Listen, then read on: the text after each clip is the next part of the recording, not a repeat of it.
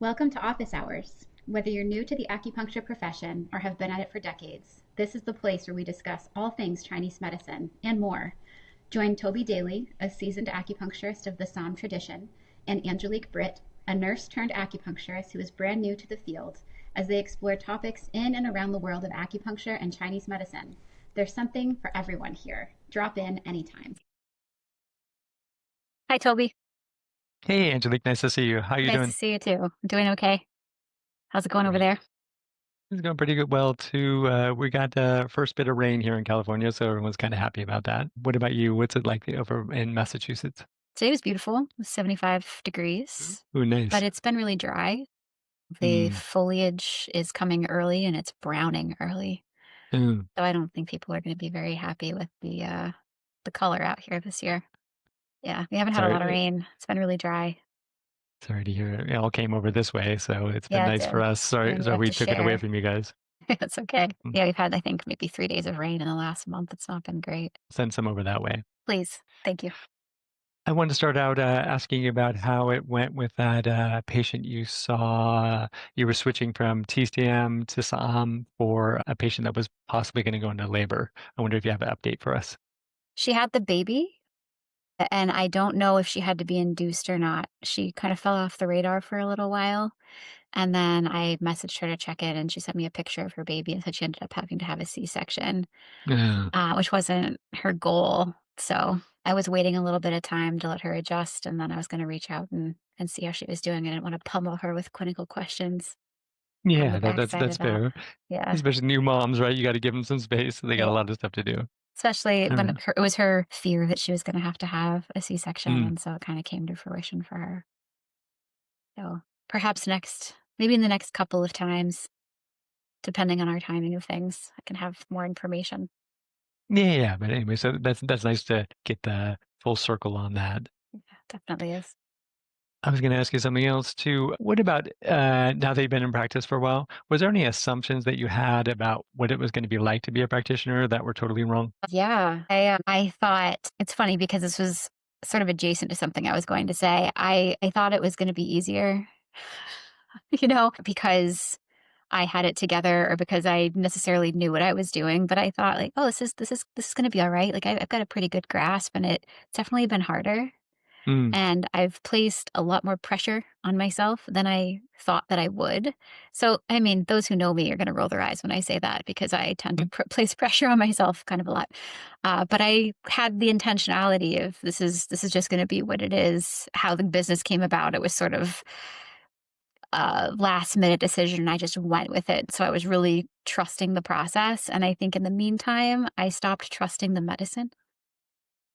And so I had a lot of conflict. And just this recently, I have started to really trust the medicine again and truly detach myself from the outcomes as Mm. much as I possibly can. Knowing of course I'm doing my best, I'm trying my best, but not taking it to that level of it being a criticism necessarily of me or a failure of me if something doesn't work. And conversely, it's not my accomplishment either. Mm. Because the other thing that I noticed is the difference between clinic and owning your own business. I don't know if the mindset was different when you're in clinic. It must be in student clinic, that is, an acupuncture school. You have a partner most of the time, and you have, people who've been coming through quite a bit, and you have some new people. But I've seen enough people now, maybe it's just the volume of people that I've begun to notice that there are some people who respond to acupuncture in a way that feels like magic. Like, how can this possibly be true? Like, I had a patient this week was that had that kind of result with them. And then I've had others where there's next to no movement and I've pulled out Mm. all the stops. And I've had two patients come in with very similar presenting problems, able to really help one, and the other one I'm slowly helping. But the Mm. the trajectory is different, but their pattern was basically the same. So I guess the difficulty factor of it, both in running a business and seeing patients, was different than I had expected. And also, I didn't expect to lose my lack of trust in the medicine. And I think through it, I've Yeah. gained more trust in it. So those are the two big things I can think of. Like What did I've that look gained. like? That not having trust in the medicine. What did that look like? obsessively looking things up, a lot of internal self-talk around, like, overthinking of patterns, overthinking of diagnoses. I had, thoughts in my head or beliefs that, if I used certain points too many times, that I really wasn't doing good acupuncture. There's the set of, Miriam Lee's Big 10 points. You familiar with those? I'm sure. Yeah. Yeah. So, I had I had a time when I was feeling like there'd be patients that would come in that I didn't know really what to do. So I used that for their first treatment just to kind of get some treatment going because there was so much complexity and I was really hard on myself for using that. And then I thought, and then they came back and they were so much better, even like after something simple like that. And so it was humbling in a way because I thought like, oh, it's like the mail it in, acupuncture treatment, but it was really like a balancing acupuncture treatment for them. Yeah. Did I answer your question? Yeah, but so I think yeah. So you said trust. You didn't have the lost trust in medicine, but you lost trust in your ability to deliver the medicine. That Is too, that more kind right? of both. Like, so I was like, is this Uh, actually working? And am I doing this right? And really attaching, like, maybe I'm not doing it good enough. Maybe I'm not doing it or well enough. Maybe I'm not doing it right. And also, is this actually working? And so it started first with trusting myself of, I know I did a lot of studying. I know how to use reference books. I have a person I can talk to on a regular basis. I have local colleagues I can talk to. I have the resources. And then using my brain, allowing myself to trust my diagnosis, and then mm. treating the patient based on what I'm seeing, and just knowing that I'm doing what I believe to be the right thing and trusting that their body either will take it or it won't. That's sort of my sense about it. But thanks for fleshing that out a little bit, Yeah. right? That's an important crisis to get past that. I'm sure it'll circle back around as we know things in Yeah. life are spirals, but currently I'm outside of that, you know, circle. Yeah, that sounds familiar to me too. But that like, what am I doing in clinic? That happens to me. Yeah, much less now. But especially like my again, I started out before I knew anything about Chinese medicine. The acupuncture just couldn't work. And so now that I've seen it work so many times, I feel like that's good. Now that's solid for me. And then especially using the Saam system, right? Getting your diagnosis wrong, wrong, wrong, and then finally right. Then that's given me a lot of like faith is not the right word. Just like that system, if you can diagnose and treat perfectly, the patient will respond to that if you get the Mhm. right diagnosis and treat. It's Again, trust. you're not going to be able to do that every time though, right? No, So no. And so I and say so that also not to say that I never have to think critically, that I just trust the process and, mm, don't think about what happened. Like once they come back, I evaluate the result and then pivot from there. But I give myself the grace of, particularly with a first treatment, to just treat what I see, whether that's using SOM or whether that's using TCM acupuncture or an orthopedic approach or what have you. Yeah. yeah, but I think that's hyper reasonable way to do it, right? And then also, especially almost always, every patient I see is complex, right? So yeah, you got to try and meet that complexity with as simple of an intervention as you can, and Hmm. then start to see that, right? I think where we get into a lot of trouble, a lot of our colleagues, right, try and do everything at that first visit. I might have told you, my teacher, Dr. Wu, I forget exactly the percentage, but she said first patient when you see them, do about 25% of what you want to do. And Oh. that's really helped with me because first patient I want to do everything, and so I really try and dial that back into for me is a simple 4 point combination almost always for new patient because again you're getting to know them, you don't have a perfect beat on them yet, you haven't seen respond to any treatment. Consider that like first visit. Oh, it seems like you don't have to consider. It seems like that's what you're doing. You're really simplifying it down Hmm. and doing whatever you see, and then moving forward. Yeah. I think that's a really great way to do, especially first visit. Yeah. And it's been helpful and a lot less stressful. I was definitely putting more pressure on myself to have it all figured out in the Mm. moment. And that was too much. Don't have to do that. Yeah, but it's impossible to Don't have to do. completely understand another human being and then find the exact perfect way to intervene with their body. That's impossible. But yeah, Yeah. you get a good sense, and then yeah, like you said, the top thing that you see, and then try and intervene that way. And then with herbs, I allow myself a couple of visits before I engage with an herbal formula so that I feel like I get enough information to do diagnosis. And I've been doing okay with the herbs. People have been responding fairly well. I've got one patient that I'm a little stumped with, that I have to look at again more carefully. But the majority of the others, I have had pretty good results so far from the herbs I've given them, which is kind of cool. That's great. I think that's really great. The hard part about herbs is it tends to be kind of gradual response, and patients sometimes take them, sometimes they. So it's nice for acupuncture because you observe them getting the Yes. acupuncture, and then you can see right away. So that's really valuable. The herbs sometimes patients get, they don't take regularly or whatever, So that's always a little bit. There's more variables, I think, for herbal medicine. Yeah. So far, I've had the majority of the patients have been really compliant. It's very lucky they've Mhm. taken them. I do the raw ground kind, and this makes it really affordable. So I've But been doing it. you were telling me last time you're going to stop grinding because it's too loud. I was gonna stop grinding the individual herbs themselves. I grind the Formulas you're going to grind. formulas. Yeah, so I have to just strategically time my grinding, and I got a set of headphones.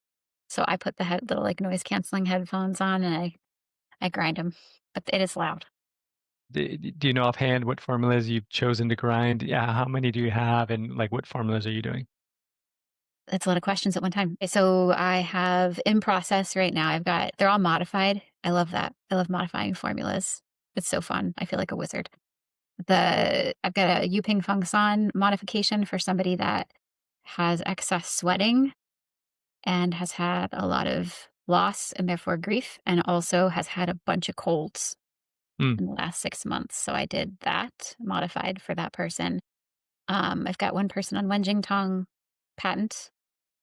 I've got another person taking a Xiao Fuji Tong modification for endometriosis.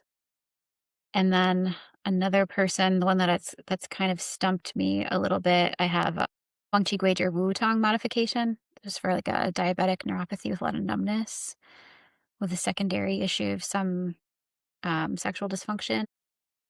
And I've done treatment of colds a couple times. I think one I mentioned before with the person that had a swollen uvula. I don't know if I told you that on camera or off camera. I did a yin chow modified. I think it increased the licorice a bunch, and I add some heat clearing, some additional like fire toxin clearing herbs to it, and it cleared him up within 24 hours, 48 hours, 48 hours. And then a couple of other people that have started with colds that were of the wind heat variety that I started them on yin chow, and one person didn't get sick, and the other person was sick for like a day or two, and then was much better. that's great. Yeah. So really basic things. Yeah, but the basic is best. This is my clinical philosophy, as simple as possible. And then if you get into like a clinical corner, then you have to get complicated. Yeah. And I have found that. So like my modifications aren't crazy. Trying to think of an example. Like the person that I'm doing the Xiaofu Zhu Tang modification is pretty deficient underneath the blood stasis. And so I basically I've got a, it's not a full Bajin Tong addition to that, but it's got a bunch of those. It's got like maybe four of those herbs in it, like blood tonics and chi tonics underneath it based on their issue. And it's been going quite well. And I think I added something additionally too, because there was some constipation and it wasn't blood deficiency constipation. I have to look at the chart to know for sure. But anyway, I think I might have modified that one the most of all of them. I think I Mm, did like 5 additional herbs. And I think I swapped out a couple. Like I didn't have any Wuling Shire and they didn't need Puwang either. So okay. I pulled those two out. I had an herb teacher that said, be careful what herbs you dispense because always imagine yourself in a court of law defending your dispensary habits. So, like Wulinger, right? Yeah. Imagine being in a court of law and saying, "Well, yeah, I gave flying Like, squirrel feces." So, see, yeah, I tend to leave that one out too. I would have used it. I mean, I might have used it. Not necessarily would have. Like if there's a pain issue, it's because Mm, the Shi Xiao Shan, you know, in theory looks pretty good. I'm not personally afraid of taking Shire, and it's part of Chinese medicine. So yeah, it sounds bad. I guess I don't know. Part of this whole process with me is trying to cleanse the fear from my nursing profession, like because you're very indoctrinated with fear of that sort of that person. Imagine yourself in court. It's not documented. It's not done. They basically like jam the fear down your throat in very very large amounts. And so with acupuncture, I'm trying not to be as fearful because I had yeah. so much of that with my last profession. I just don't want to do it. That makes sense. But there's so many other blood movers, so Stay that's away why from the flying squirrel. that's my personal philosophy. There's so many things, and then also my office manager makes up the formulas too. So there's certain things that she can barely tolerate Chan Tui, and there's a couple of things. Yes, I can't put feces in Shan proper Tui is dispensaries scary and stuff. looking, and it's crunchy. Like I Yeah, but understand, it's get it. she's okay. She's okay with it, but Yeah. yeah, I got it, her sensibility. And then also, yeah, just that repeater did say that. And again, we have so many good options. That's the nice thing about Chinese medicine, so many good options. So then Hmm. it's nice to switch around. That's why I'm having the most fun is with the herbs. Yes, I think it's just intellectually fascinating for the rest of our careers, right? Mhm. How to modify, how to swap out things. I have one practical thing, and then I've got a question for you. So what about, so you make the diagnosis Mhm. and then you grind, and then the patient has to come back and pick it up, or how do you do that? So I would see the patient a couple of times. So on their third visit ish, unless it's obvious, unless someone's coming down with a wind heat or something like that, and I make the diagnosis. And I use Notes from South Mountain by Andy Ellis. Andy Ellis, yeah. Yeah, so it's such a great book because I don't have all the dosages and proportions and things in my mind, and I've never been super clear on Penske's ranges. Like even in school, I couldn't get a clear answer as to how you're supposed to choose between, 3 to 12 grams. You know what I'm saying? Like a really clear. I think it just will come with time. So I've used the Notes from South Mountain as a solid foundation for that. And then with my modifications, I've gone to the Bensky book and sort of found out, the range and then chosen one based on the symptom that I'm trying to treat as a modification. So the severity of the symptom and adding modifications that way. And so I'll get my proportions and then I'll measure them all out. I have all of my herbs in mason jars and I'll measure them all out on my scale. And then hopefully when no one's in the office, I'll grind them. Otherwise, I'll warn them that I'm going to do it and then I'll grind them. And the majority of So, people so far have said it's not terrible. The ones in the treatment rooms where I've done it, like particularly if they're on okay. the table and they need a refill and they didn't tell me ahead of time or something like that. I'm like, okay, I'm going to grind your herbs. So just prepare yourself for a large noise.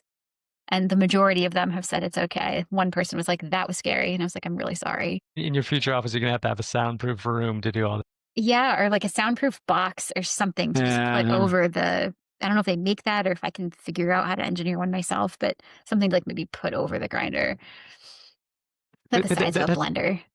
yeah, but that's great in a way, right? Because then you can, in real time, then you can modify for the patient, and then they can leave with it.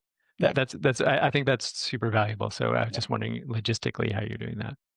And I have my visits scheduled in a particular fashion so that I'm there for 8 hours. I can see up to 10 patients, but there's enough of a gap in time the way I have my schedule set up that there's some time for me to be able to go to the bathroom if I need to eat food, and grind herbs. Yeah. Yeah, without too much additional stress. I tried packing them in a little closer because I know I could if I had a third treatment room see, people pretty continuously on the half hour, but I don't know the pace of that. There's always Yeah, contingencies. It's always going to take a little bit longer for a couple of patients per day than you would expect. So it's nice to have that little bit of leeway. yeah, I made that. Okay, but that's your workflows are getting great. It took me years to get my workflows going well, so that sounds like you're really on the way to that. That's It's getting awesome. there. It's not perfect, but it's getting there. Yeah, Can I ask you about Ying Qi? you can. This is a Unshold translates it as camp chi, right? And then usually everybody else translates it as like nutritive chi or something like that. Uh, do you? And this is why I'm asking this because I didn't know what it was, but I told you I'm doing that 3 year program with Volker Scheid. Hmm. He's talking about it right now, so I was going to ask you what you know about it, and then I'll share what he's saying about it. What is Ying Qi and what does it do? I understood it as the nutritive chi. So the more yin, it's a more yin chi. It flows with the blood. What's the relationship between blood and Ying Qi?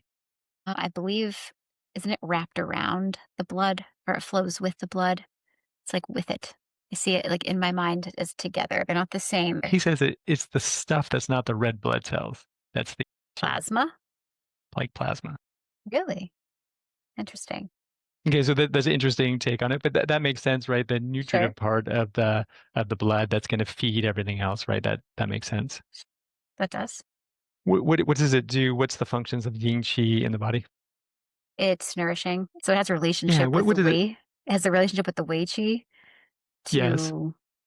to nourish and warm and do all the things with the body. So I know like the yin wei harmony is the things that are supposed to go up, the things that are supposed to go down, the things that are supposed to go out, go out. So when there's a yin wei disharmony, there's a separation. So things tend to like a lot of fluid, like there's a fluid metabolism issue. So there's usually a lot of sweating or a lot of excess urination when they're not joined together well and harmonized well.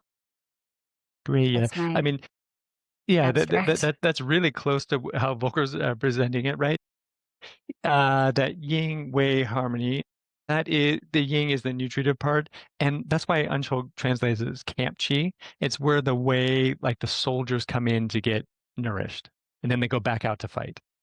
So that's if that's not happening, the soldiers are coming in and like rampaging in the where they're supposed to get their food and, and rest and everything like that. That's a big problem, right? Or Mhm. if the camp that they're supposed to come in doesn't have enough food or something like that, that Wei Qi can't be nourished. So that's a lot of disharmony between those two things if they're not both doing their jobs. For Volk, or how he's explained Ying Qi, is the that like plasma, so it's responsible for like the viscosity of the blood and how well it travels in the body, and then how it nourishes. Dampness and dryness is from Ying Qi. So like skin being dry, he feels like Ying Qi is not getting there properly to nourish that, or skin being too wet, like too much sweating like that. That's the Ying Qi coming out of the vessels a little bit. So it kind of keeps the fluids in the vessels properly. And Okay. he's got a good point. He's got several different clinicians throughout the centuries, and then Neijing references and things like that. So I feel like that is a pretty good way. The only thing I knew about Ying Qi was that harmonized Ying and Wei using Gui Zhang. That was the totality of my Ying Qi knowledge. It's nice this is an important concept for Chinese medicine, but a lot of times overlooked.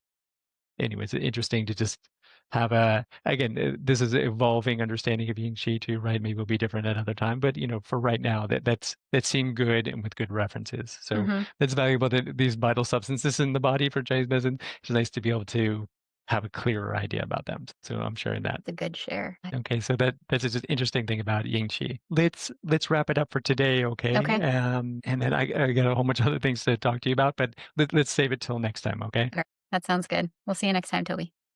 Yeah, it's always good meeting you and spend some time talking to you. All right, everyone, take care. All right. Bye bye.